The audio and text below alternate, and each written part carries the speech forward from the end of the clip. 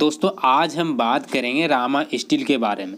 Rama steel में बहुत ही अच्छी खबर निकल के आ रही है और रामा स्टील में एक चीज़ मुझे बहुत ही अच्छी लगी, ये कंपनी अपना लगातार जो है ना कर्ज कम करते आ रही है और कंपनी को जैसे जैसे देश का फ्यूचर दिख रहा है उस सेक्टर में एंट्री करने की कोशिश करती है। थोड़ा सा हम यहाँ पे रामा स्टील का ग्राफ देख लेते हैं, उसके बाद इस पे हम डिस्कस करेंगे ये कौन सा मतलब कि सेक्टर में ये एंट्री की है और आगे आने वाले फ्यूचर इसका क्या होगा, है ना, क्या इसमें इन्वेस्टमेंट करना चाहिए, ये सब पर हम डिटेल हम चर्चा करने की कोशिश करेंगे ताकि हमको पता चल जाए, है ना, कि इसमें इन्वेस्टमेंट करना ही है या नहीं।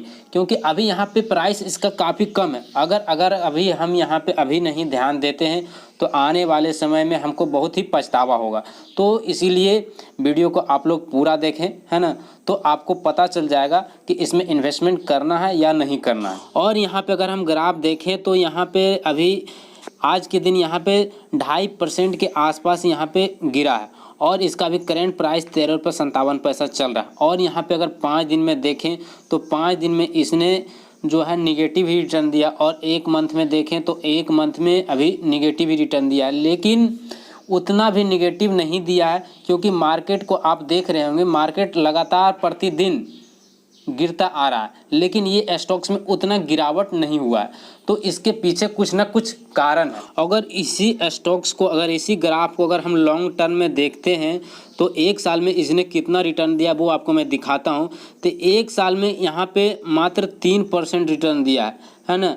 तो मार्केट गिरा है, इसी कारण से यहाँ पे रिटर्न भी अच्छा यहाँ पे देखने को नहीं मिल रहा। अगर इसी को अगर हम 5 साल में देखें तो 5 साल में यहाँ पे 2000% का रिटर्न दिया। तो लॉन्ग टर्म में ये स्टॉक्स काफ़ी अच्छा चला है ना।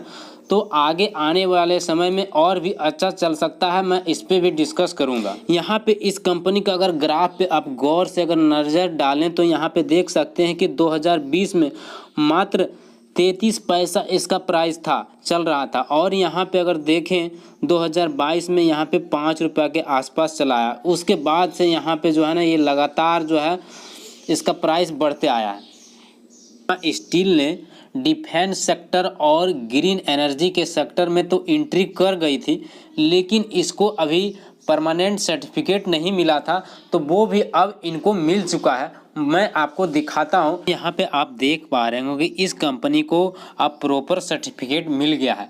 तो अब यहाँ से कंपनी बेधड़क काम कर सकती है और आगे आने वाले समय में इस कंपनी का फ्यूचर काफ़ी ब्राइट है। इस स्टॉक्स को अपने वॉच लिस्ट में तो ज़रूर ऐड करके रखना चाहिए क्योंकि ये कंपनी काफ़ी अच्छा यहाँ पे देखने को मिल रहा है और आने वाले भविष्य इसका काफ़ी बेहतर है। बहुत कम प्राइस है ना। तो यहाँ पे इन्वेस्ट करने में हमें उतना कोई दिक्कत भी नहीं होगा। तो चलिए हम इसका फंडामेंटल देख लेते हैं कि ये कंपनी का कितना प्रमोटर है, कितना पब्लिक के पास है, कितना FIS के पास है, कितना DIS के पास है। ये सब भी हम देख लेते हैं ताकि हमको पता चल जाए, है ना, अच्छी तरीके से। इस कंपनी का मार्केट कैप 2000 के आसपास, 2000 करोड़ के आसपास यहाँ पे देखने को मिल रहा है। और इसका यहाँ पे ROE देखें तो ROE इसका है 10% के आसपास यहाँ पे ROE देखने को मिल रहा है। और यहाँ पे ROC देखें तो यहाँ पे 12% के आसपास यहाँ पे देखने को मिल रहा है। ROCE और ROE ये दोनों बिल्कुल अच्छा है, यहाँ पे देखने को मिल रहा है, बिल्कुल अच्छा देखने को मिल रहा है। और इस कंपनी का अगर यहाँ पे डेट देखें तो 145 करोड़ का इस पे कर्ज है। तो ये भी कोई ज़्यादा कर्ज नहीं है कंपनी पे। और यहाँ पे इसका करंट प्राइस देखें तो 13 रुपये के आसपास यहाँ पे चल रहा है ना। और इस कंपनी ने कितना हाई लगाया और कितना लो लगाया, तो यहाँ पे अगर देखें तो इस कंपनी ने कितना हाई लगाया और कितना लो लगाया है। तो 17 रुपये के आसपास इसने हाई लगाया और 9.90 के पास इसने लो लगाया। और ये कंपनी अभी यहाँ पे डिविडेंड कुछ नहीं दे रही है। और इस कंपनी का फेस वैल्यू 1 है ना। और इसका टोटल एसेट है 734 करोड़ का टोटल एसेट है इस कंपनी के पास। तो ये भी ठीक ठाक है। और यहाँ पे अगर देखें तो प्रमोटर होल्डिंग 48% के आसपास यहाँ पे प्रमोटर होल्डिंग देखने को मिल रहा है। तो ये भी अच्छा यहाँ पे देखने को मिल रहा है। और इसके बाद हम देखते हैं कि इसके पास यहाँ पे प्रमोटर के पास कितना है, तो ये हम देख लिए हैं। और यहाँ पे हम देखते हैं कि पब्लिक के पास कितना और एफआईएस के पास कितना, ये भी देखना बहुत ज़रूरी होता है।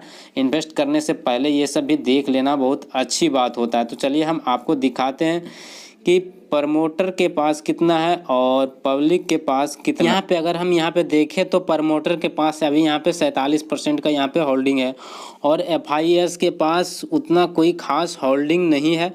यहाँ पे देख सकते हैं कि 2023 में यहाँ पे 2% इसका होल्डिंग था एफआईएस का और यहाँ पे कुछ स्टेक्स यहाँ पे सेल किया है और यहाँ पे अभी मात्र 0.17% का अभी यहाँ पे होल्डिंग है और डीआईएस के पास यहाँ पे उतना कोई खास यहाँ पे होल्डिंग अभी यहाँ पे करंट में नहीं है और पब्लिक के पास यहाँ पे देखें तो 51% के आसपास यहाँ पे पब्लिक के पास है।